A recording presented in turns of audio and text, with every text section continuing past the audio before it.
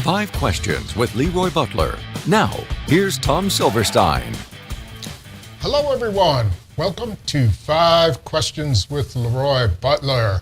We should say 5 questions and no more for quite a while. Yeah. This is the wrap-up of the season after the Packers fell short in San Francisco. And But let's be fair. People thought we would have done this show 2 weeks ago. Yeah, no question. And a lot of people didn't think it would be a 3-point game either. Yeah, which, that's true. As you look back at it, I think the Packers had chances to win that game.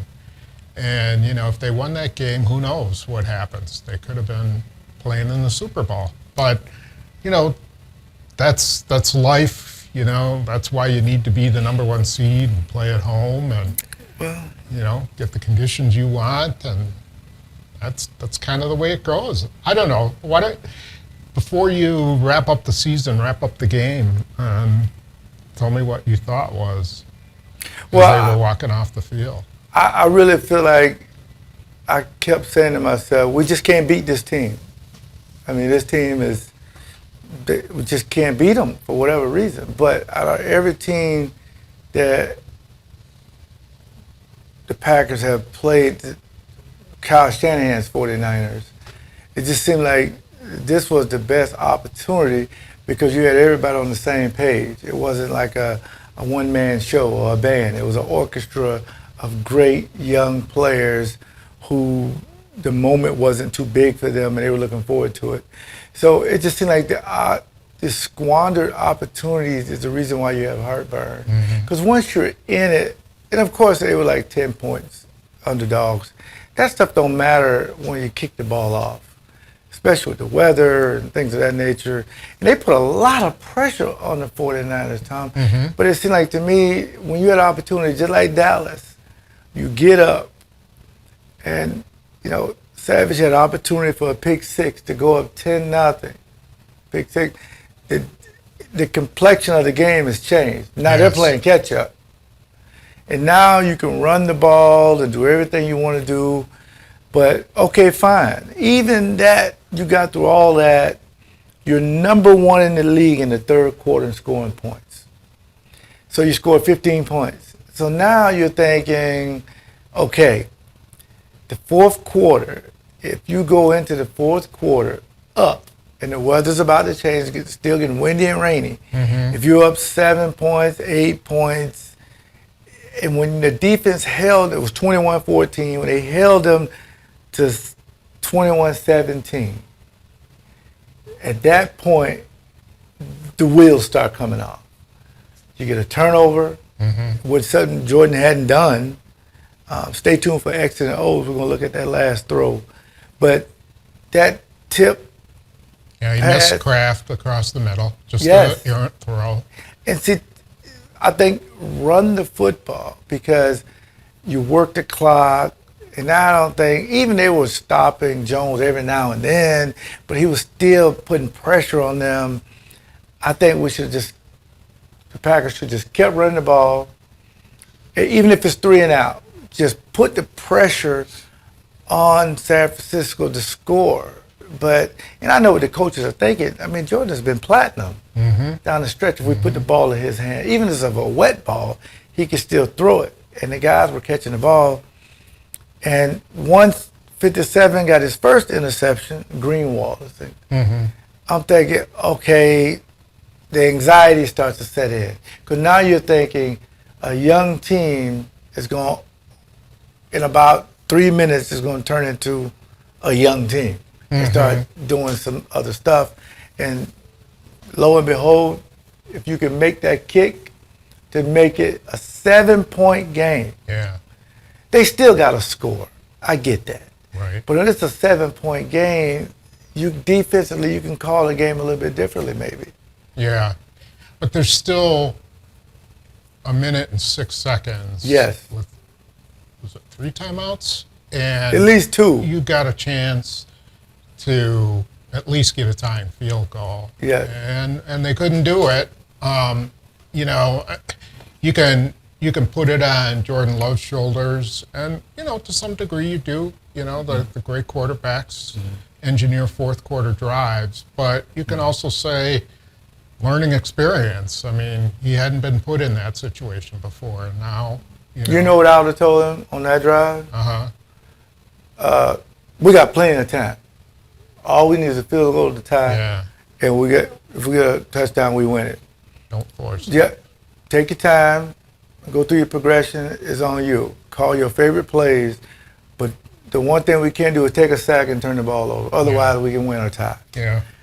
And that's the whole thing, because that last throw is like a Hail Mary, and it wasn't a Hail Mary time. Right. Yeah. And all of this is context for going into next season. So, No question. Aaron Rodgers in his first playoff game had that fumble that he kicked, didn't recognize the slot blitz, and and the next year they won the Super Bowl. So I'm not saying that he's got to win the Super Bowl, but he's got to continue to advance. Yeah. He's past.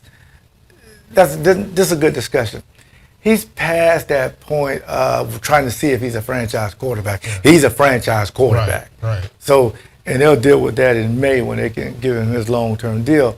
But back on this, you're right about being in these type of games and this kind of experience. He'll know that, okay, this is the scenario. I've been here before. This is what I want to do. Yeah. And the good thing about it, he'll have the same offense to go through it with. But Jordan Love was magnificent the second part of the year, probably the best in the league. But those particular throws, it just seemed like you put yourself in a bind because there were turnovers and you were starting to give them. So you felt like you lost the game to them. They didn't win it. You had pretty much missed field goal, 2 turnovers in the fourth quarter. And you have to have an appreciation for what LaFleur did offensively too, because absolutely, yes. Jordan Love made some great plays, great throws, but they gave him a lot of good opportunities to make those plays. Yes, they did. And they did it against pressure defenses. Yep. They did it against zone defenses. They did it against a really good 49ers defense. I mean, we're going to show. And he wasn't sacked. How they schemed the 49ers, and it was impressive. So, but what we found out, 2 days after or 3 days after the season was that they decided to fire Joe Barry, the defensive coordinator, and also their strength and conditioning coach, Chris Gizzi. Oh, now that one, you got to explain that one. I don't know why was a feeling, guys?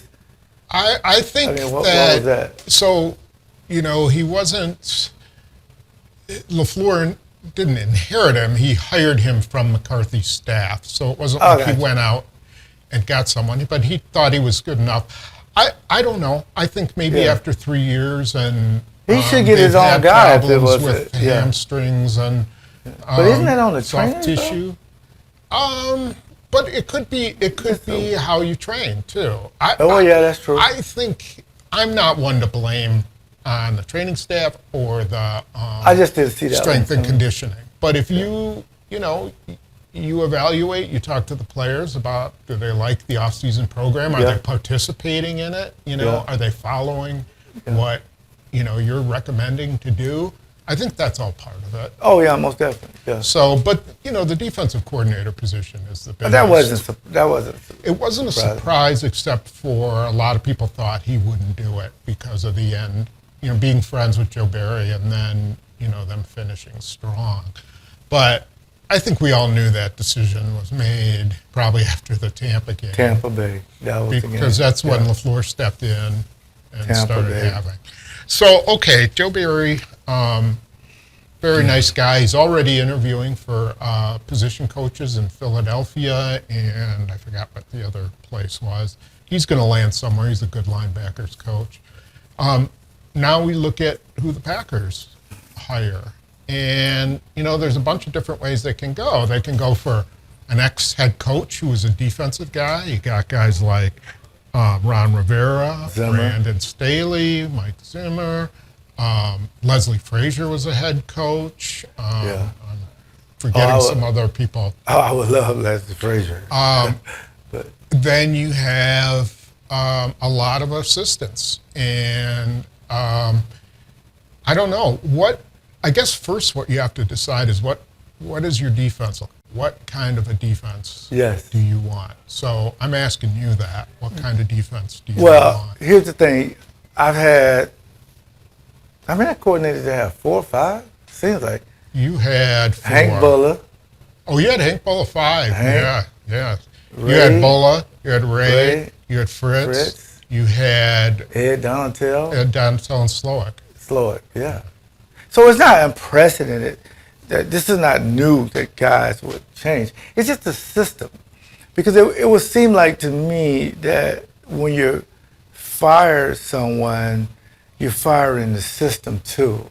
Because if you're going to keep the system, it would almost as if I fired you, but I would work with Bill. And y'all run the same. Well, you probably should have stayed with you. So if you're going to get rid of that now, you have in the interview process, a guy comes in and say, you know what, I want to bring in a 4-3 type defense. Now Gudikins has to be involved to draft bigger linemen. Do you have for the fourth- personnel right now? To Personnel's first. I mean, right now it's all personnel for a 3-4 scheme. But they're not, and we know they're not going in this with a 5-year plan to rebuild the defense. Oh, no, That no. defense has to be ready next year. Yeah, this has to work because it's his third time doing it. So I think whoever comes in is going to have to run a 3-4 concept because you have the outside linebackers. You have Preston Smith, Rashawn Gary, Lucas Van Ness. I mean, these are the guys you drafted in that defense. So I'm not sure you could, even if you hired a Ron Rivera, who was a 4-3 type coach, but the really good coaches can play anything. Oh, yeah. Right? Yeah. And so you really need a guy, in my opinion, you need a guy who's multiple, who can do whatever you need to do based on the talent you have on the team. Yeah. I mean, that's kind of how I think. I mean, what do you think? Would Well, you rather have a pressure guy? Yes, absolutely. I mean, the Jerry Graves of the world, the Leslie Fraziers of the world, and you would think about anybody that, a lot of sub packages, but not confusing. But so at the same Wink Martindale, he's available. So they have the former Eagles guy, Sean Desai. You have quite a few guys who run pressure. The young man in Carolina, though, he wants to be a head coach, though. Evero, yeah, he's running out of opportunities. There are only 2 teams left. Yeah. And I kind of think I like those him a guys. lot. I like his scheme. And he's wide open. Assuming Carolina lets him go, he's under contract. Right. Yeah. But he comes from the Brandon Staley family. You know, who's had a lot of influence on him is Dom Capers. Dom Capers has been his special assistant in Denver and in Carolina. So that would be interesting if he came back here and brought Dom with him. Yeah. I don't know. I think I would like to see a 4-3 scheme with an under, to where you put the 4 linemen and then you put a linebacker on the line of scrimmage. Gives you almost like a 5-man front, almost like a bear front, because you got to solve the problem of the run game. That's what's really just hurting you. I mean, you gave up 200 yards to 4 or 5 times this season. And, McCaffrey was able to run in the fourth quarter. They got to solve the problem of making quarterbacks have career days, unknown quarterbacks, by the way, and can never really stop the run. I mean, that's the one thing about the fronts, you can have an interior growth. That's 93, 95, and 97. You have that. And Brooksy, Carl Brooks, in 96, those are your speed guys internally. They're going to be fine. It's the perimeter that you really got to worry about when you interview these guys. They're going to, are you big enough on the perimeter? And that's what makes if some guy comes in and he's the best candidate, say, I want to do a 4-3 system, but I don't have a 4-3 roster. Can you do both? And Fritz Sherman could do both. Right. That's why it worked. Yes. Yes. You know, and if you decide, okay, let's go with the 49er system that D'Amico Ryans, Robert Saleh, Yeah. you know, Steve Wilkes has changed it a little bit in San Francisco. Those systems aren't pressure systems. They're very effective, but man, you got to have studs all the way down the middle of the defense. You got to have big time pass rushers. Yes. You got to have two killer inside linebackers like the 49ers and the Jets do. Yeah. And then you got to have a big time safety, you know, in Agreed. the back, and maybe two. Yes. You know, and your corners, your secondary has to be really good because you're not blitzing a lot. They got to be fundamentally sound. Yeah. And so that's what's going to be interesting is, okay, when they hire, then how does that change what Brian Gutekunst is looking for in the draft? Yeah, he's definitely going to be involved. Because I like the Dallas scheme. I like the Ravens. These guys, they're pressure defenses. They make the quarterback have to play perfect to beat them. Yeah. You know, I mean, you know, always bring at least 5 guys. It's always coming. And I think guys like that too when it's more effective, get after it type defense. Yeah. A little bit more passive, I think it puts pressure on you to line up correctly, communicate, or to, you know, if you're put in position. Let's be fair though. A couple plays in that particular game, you put, like the one he threw it right over Keon Nixon's, the guy threw it to Jennings, Brock Purdy, and Nixon is standing right there. He jumped too early. He's in a position to make the play. Mm-hmm. You know, Savage could have a pick 6, and they got the play that they threw to Kittle, and they blitzed a 6-man pressure. If Quay Walker doesn't fall, it's a sack. These not the plays that I think sealed his fate. Like you said, it's Tampa. So when they go back to look at it, the Tampa Bay defense, how they play it, like you said, you got to have good linebackers, safeties, corners to really rotate properly and puts a lot of pressure on the quarterback. So all these guys, I'll tell you what, you know, all these guys come out, a lot of the pressure guys come out of the Baltimore Ravens system. Yes. And if you want to run pressure, then hire Rex Ryan. I mean, Rex Ryan is the architect of, well, Marvin Lewis was first. Marvin Lewis is very good.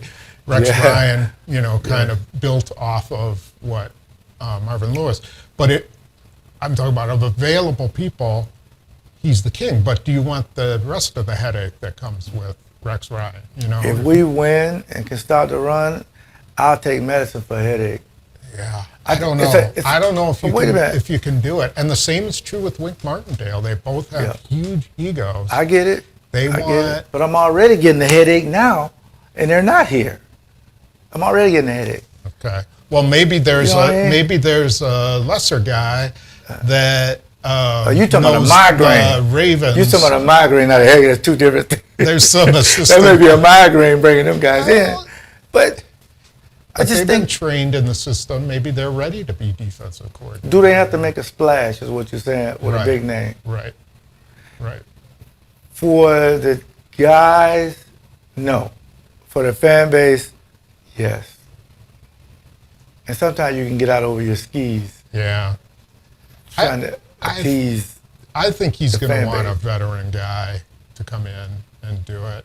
I don't know that he's going to take a chance on an assistant coach, but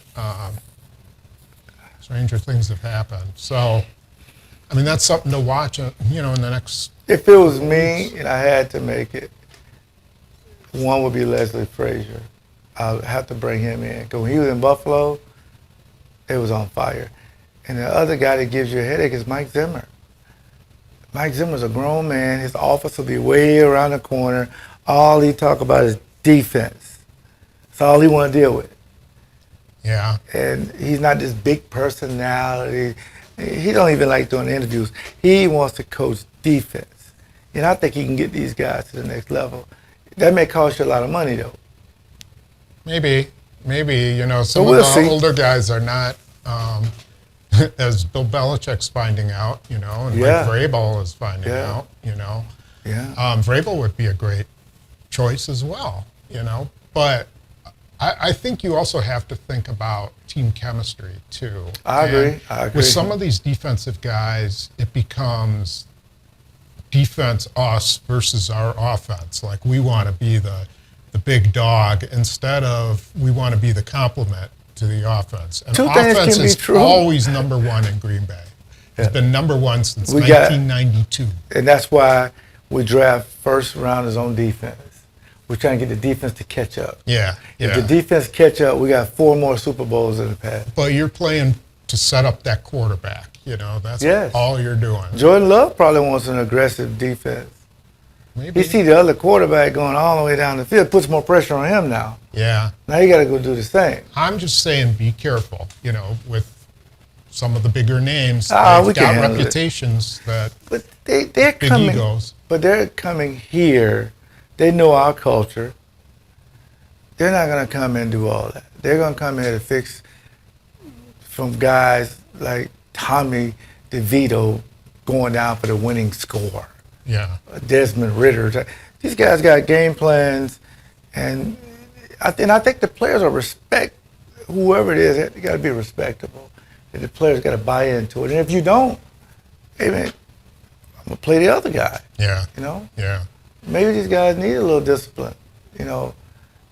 Communication and studying and things of that nature. But whoever it is, I would agree with you. It does have to match Matt LaFleur's energy, because you're right. He can't be answering questions about players and something your coach said. Mm-hmm.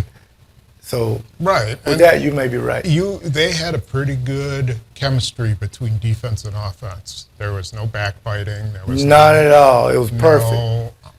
And that's why I'm pretty together the group. future is so bright. It's because and that's all Matt LaFleur. He keeps these guys close to the vest. And now it's a little daylight, because and then whoever that guy is going to bring his staff in. Maybe, veteran guy, yep.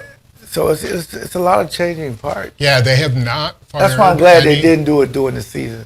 Yeah, they haven't fired any of their assistants yet. Yeah. So, I think they probably want to keep some of those guys. So the new guy just got to come in. They can learn any system. Maybe he might want to bring in some of his own. This is what's going to be part of the process. You have to give him a little leeway to bring in his own. Yeah, specialists you do. Defensive back coach and all that. The teacher that knows the system.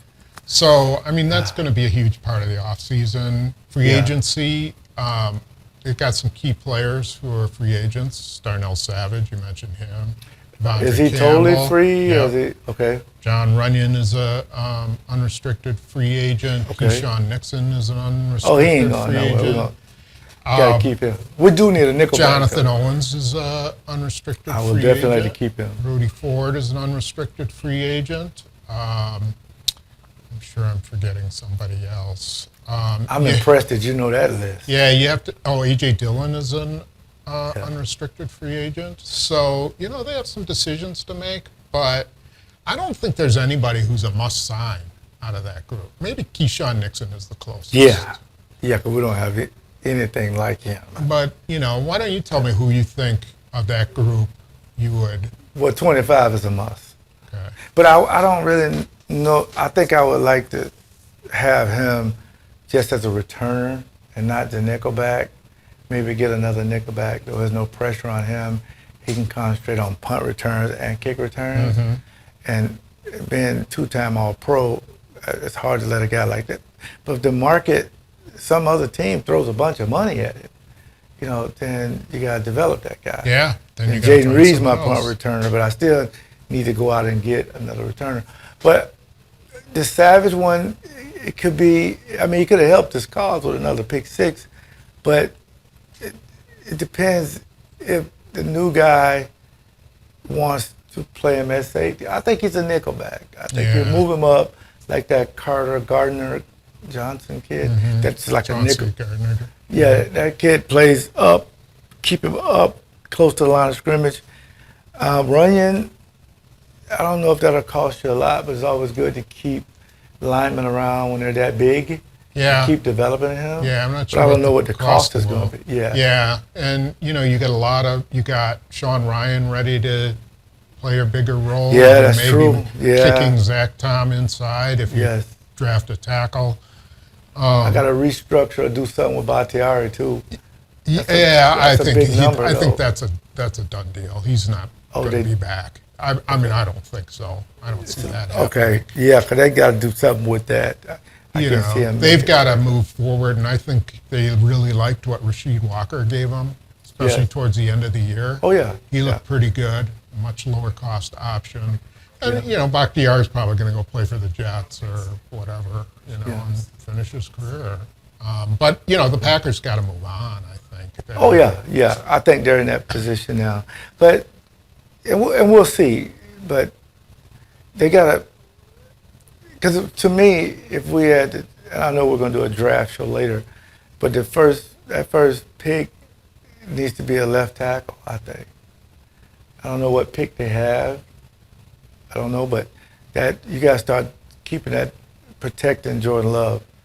Yeah. It's going to be paramount. Yeah. I think a tackle for sure. I don't know if Yeah. it has to be a left tackle. But Or right tackles. yeah, but I would also, if there were a corner there, if there was a safety there, Yeah. even an edge rusher. I mean, you know, and we'll know more when they hire a defensive coordinator. So we got a little time to still dissect that. But all in all, very interesting season. Not exactly what we thought it would be 2 months ago. Yeah, that's true. But so. But I do want to thank the team. It was a great ride. I tell you what, after 2 and 5 doing these shows, go all back and look at all the 5 questions. And it was like a EKG machine. It was like this, and then it just kind of stayed up. So, and beating Dallas was a good experience.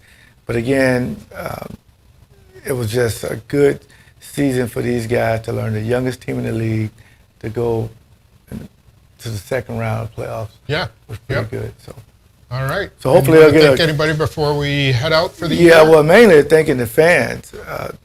We have millions of fans. Most of them are my fans. You got a few. No, I don't have very many. But I want to, of course, thank Bill Schultz, our executive / vice president / president that pretty much runs this show. I want to thank him because without him, we couldn't do all this great technology. So thank you, Bill. And I want to thank you, of course. But all the sponsors all year, thank you guys. And wherever you download your podcast, please download the Leap 36 podcast with me and former Packer, former Badger, Gary Ellerson. We'll be at Tozala. We're doing a show this weekend to kind of get more into the minutia of the season and the draft picks. As a matter of fact, we're going to even talk about the Bucks a little bit, about their new coach, Doc Rivers, coming in. So, again, thank you to Pick and Save and all the other sponsors. And without that, that's it.